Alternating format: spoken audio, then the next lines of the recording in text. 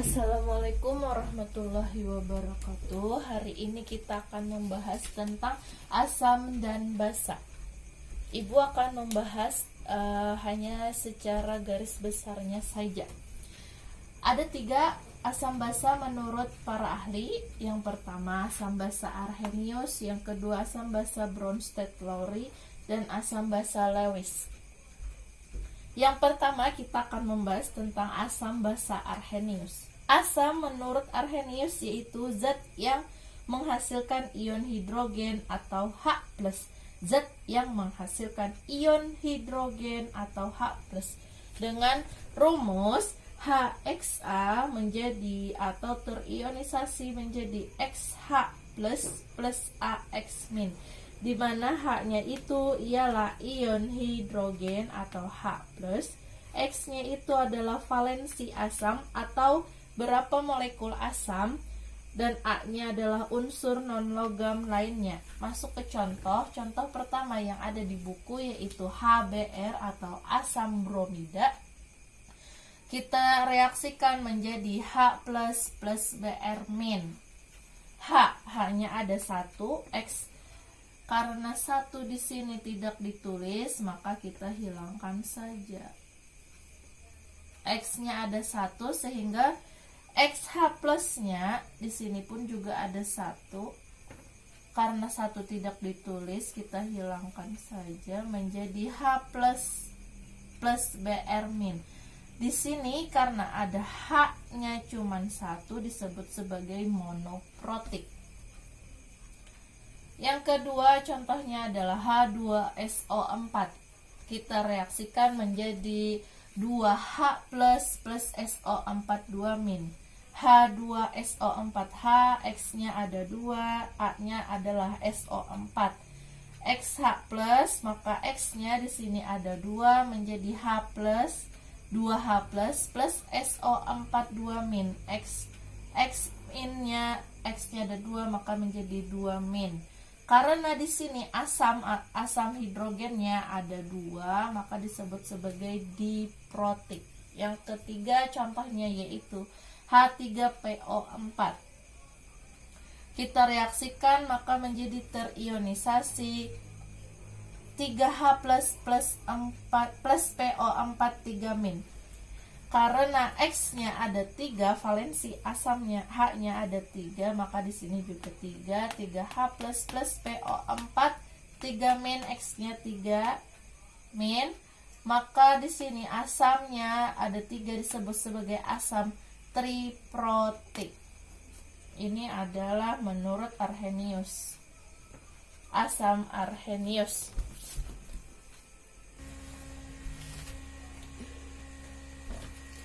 Kemudian kita masuk ke basa. Basa menurut Arrhenius yaitu zat yang menghasilkan ion hidroksida atau OH-, di mana rumusnya yaitu MOHY menjadi My plus YOH-, di mana M-nya adalah unsur non-logam, OH-nya ion hidroksida atau OH-, valensi Y-nya adalah valensi basa. Kemudian masuk ke contohnya NaOH menjadi, kalau kita reaksikan terionisasi menjadi Na plus OH-. Nah, di sini karena di OH-nya tidak ada ditulis, artinya di sini ada Y-nya ada 1, valensi OH-nya ada 1, maka NaY plusnya Y-nya di sini ada 1, tidak ditulis. Di sini OH-nya ada juga 1, juga tidak ditulis, makanya hanya ada NaOH menjadi Na plus OH-. Karena OH-nya hanya ada 1 disebut sebagai monoprotik. Kemudian yang kedua CaOH 2 kali. Nah, di sini karena Y-nya ada 2, nih Y-nya ada 2, maka Ca2 plus 2 OH-, maka disebut sebagai basa diprotik. Yang ketiga contohnya AlOH3, karena Y-nya ada 3, nih Y-nya 3, maka kita reaksikan terionisasi menjadi Al3+ plus 3OH-, maka disebut sebagai triprotik. Inilah yang dimaksud dengan asam basa menurut Arrhenius. Kemudian kita akan menjelaskan tentang asam basa Bronsted-Lowry. Asam basa Bronsted-Lowry ini disebut juga sebagai asam basa konjugasi. Nah, menurut dia asam itu yaitu pemberi atau donor proton, yang diberinya nanti adalah ion hidrogen atau H+. Dan basa itu disebutnya sebagai penerima atau akseptor proton, yaitu penerima ion hidrogen atau ion H+. Nah, yang pertama yang di buku kita bahas tentang asamnya. Di sana asam katanya apabila asam melepaskan satu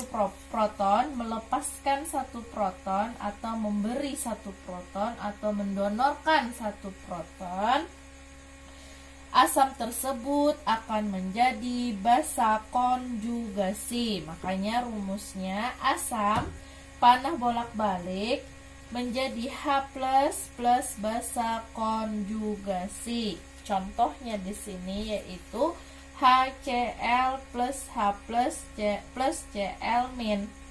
HCl jika kita reaksikan menjadi H plus Cl-. H plus basa konjugasi, berarti Cl- ini adalah basa konjugatnya. Kemudian untuk yang basa, apabila suatu basa menyerap satu proton atau penerima atau akseptor proton, satu proton atau ion hidrogen, maka dia akan membentuk asam konjugasi basa plus H plus panah bolak-balik, maka dia akan menjadi asam konjugasi. Contohnya NH3 plus H plus panah bolak-balik menjadi NH4+, di mana NH4+ ini adalah asam konjugatnya karena dia menyerap satu ion proton atau ion hidrogen H+. Kalau yang di sini tadi dia melepas HCl-nya, H-nya dilepasnya menjadi H+ plus Cl-, makanya yang di sini menjadi basa konjugatnya. Kemudian contoh yang nomor 2-nya, NO2 menyerap atau menerima satu H+, maka dia akan menjadi HNO3 atau asam konjugatnya yaitu HNO2 ya. Menurut Bronsted-Lowry, jika asam direaksikan dengan basa, maka di sana asam akan menjadi basa konjugasi dan basa akan menjadi asam konjugasi. Kita lihat contohnya. Nah, ini contohnya. HCN plus H2O menjadi Cn-, panah bolak-balik, Cn- plus H3O plus, dimana di situ dituliskan HCN sebagai asam 1, Cn-nya menjadi basa 1, yang di sini asam 2, H3O plusnya menjadi basa 2. Bagaimana kita menentukan mana yang konjugat, mana yang asam konjugat, mana yang basa konjugat? Ingat rumus yang pertama tadi, kita ambil HCN yang asam satunya. Untuk asam satunya berarti tadi rumusnya, ingat rumusnya yaitu H+ plus basa konjugat, dimana di sini HCN Jika kita reaksikan HCN reversible, H plus Cn min. Ini sebagai asam satunya, yang ini sebagai basa konjugatnya. Berarti basa satu ini adalah basa konjugat. Berarti mereka berdua sebagai pasangan asam basa konjugasi. Kemudian ini asam 2, yang ininya basa 2, H2O dan H3+. Selanjutnya untuk basa 2-nya dan asam 2-nya, ingat rumus yang tadi, basa plus H plus, maka panah bolak-balik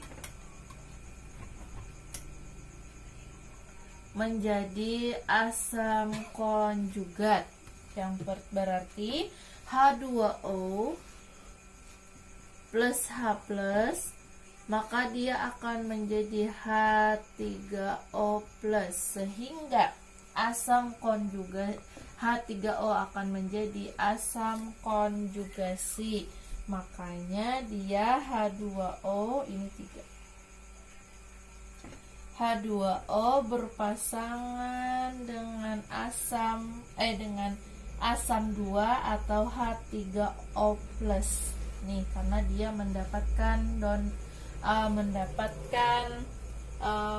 menyerap satu H plus. Nih, menyerap satu H plus. Berarti pasangan asam basa konjugat. Konjugasi. Supaya lebih mudahnya lagi, seperti ini penjelasannya. Karena si asam penerima atau pendonor, berarti dia seperti orang yang kaya akan H plus. Sedangkan basa dia menerima atau akseptor proton H+, maka dia orang miskin H+. Ini pengumpamaannya. Asam yang HCN yaitu asam, yang H2O yaitu basa. Karena dia asam, orang kaya H+, dia akan memberikan haknya kepada orang yang miskin H+ basa. Ini basa.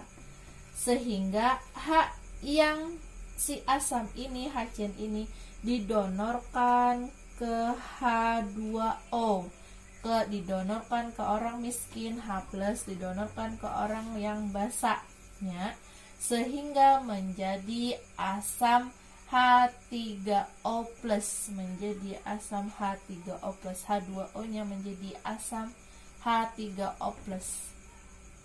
Karena dia sudah memberikan, makanya hasilnya menjadi Cn min.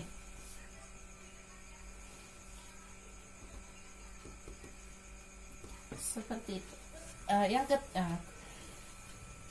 Kemudian kita akan membahas tentang asam basa menurut Lewis. Menurut Lewis, asam itu ialah penerima atau akseptor PeB, di mana PeB itu adalah pasangan elektron bebas. Kemudian basanya menurut Lewis yaitu pemberi atau donor PeB atau pasangan elektron bebas. Contoh di buku yaitu contohnya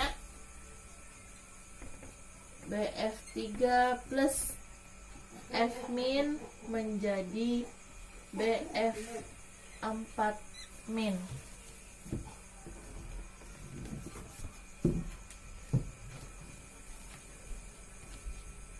Bagaimana menentukan asam? Bagaimana menentukan basa menurut Lewis?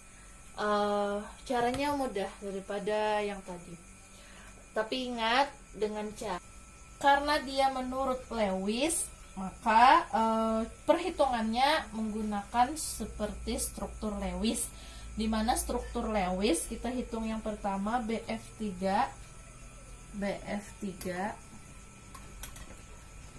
Perhitungan Lewisnya berarti kita pertama menentukan konfigurasi elektronnya.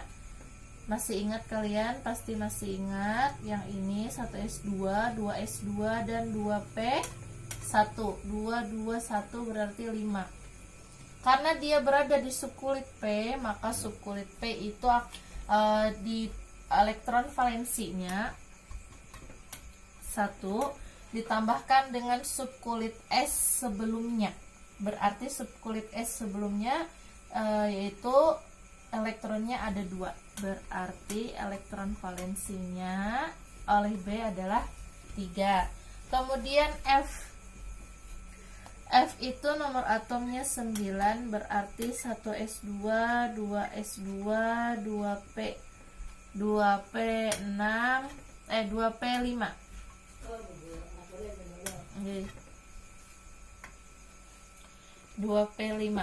Karena dia juga berada di subkulit P, OP sama dengan 5. Nih, ditambahkan dengan subkulit sebelumnya yang S ada 2, berarti 5 tambah 2 berarti EP-nya 7. Bagaimana penulisan struktur Lewis? Ingat yang dulu menggunakan mencari di mana atom pusatnya, di mana atom ikatnya. Berarti dari atom pusat dari BF3 yaitu B menjadi atom pusat, F menjadi atom ikat. Berarti B mempunyai 3 elektron valensi, 1 2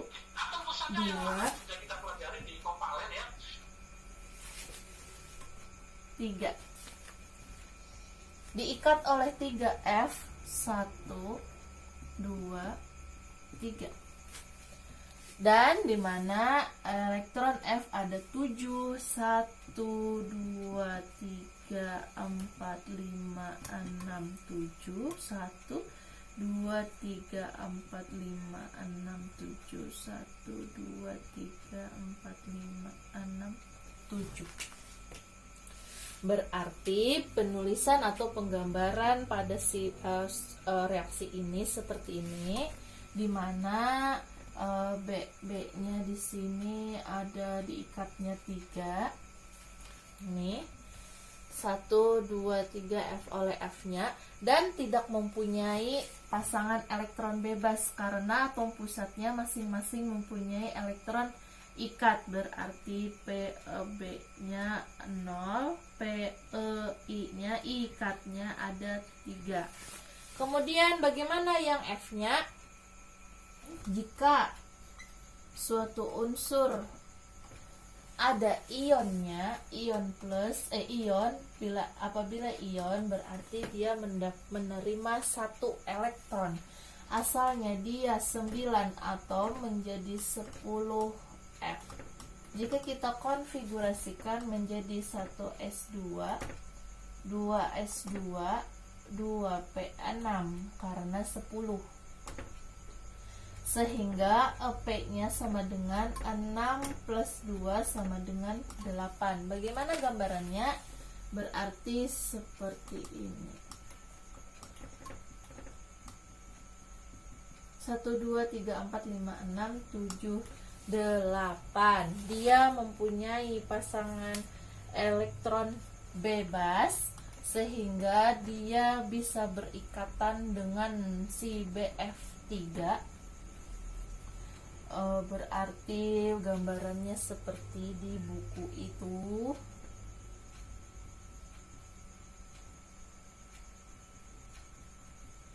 Ini pasangan elektron bebasnya berikatan dengan BF3 menjadi BF4-. Berarti ini sebagai asam karena dia menerima pasangan elektron bebas, dan ini sebagai basa. Contoh lain,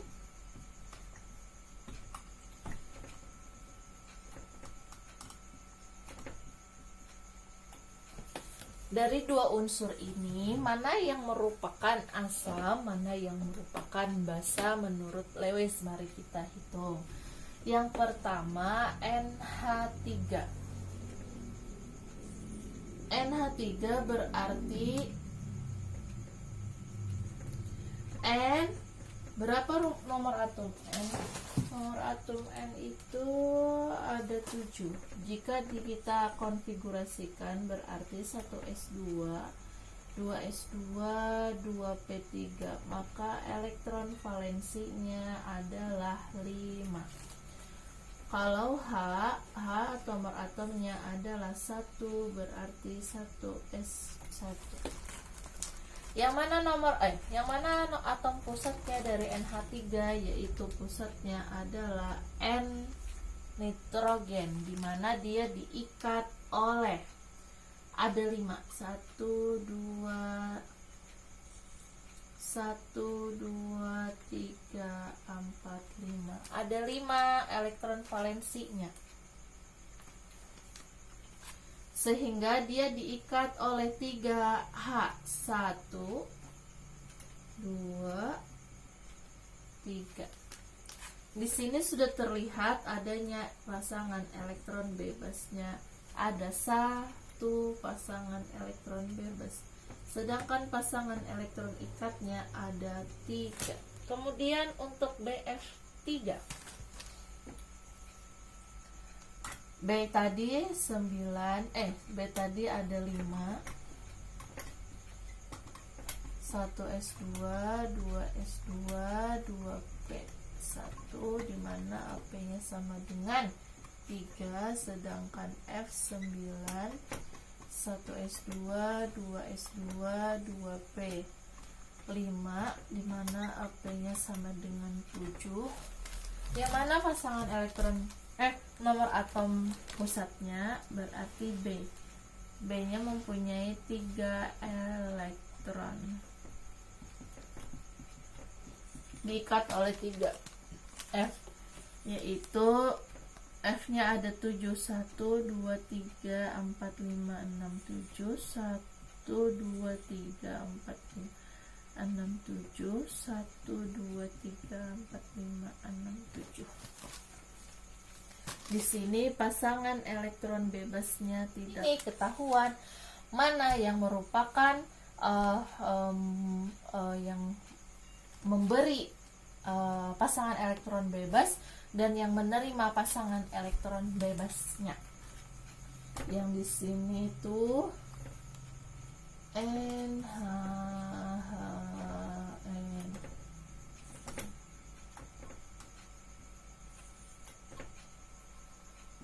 F. Nah, karena dia ada pasangan elektron bebas, berarti yang ini akan memberikan kepada BF3, berarti NH3 sebagai basa, sedangkan BF3 sebagai asam. Karena dia akan memberikan pasangan elektron bebasnya kepada BF3. Oke, selesai. Terima kasih. Assalamualaikum warahmatullahi wabarakatuh.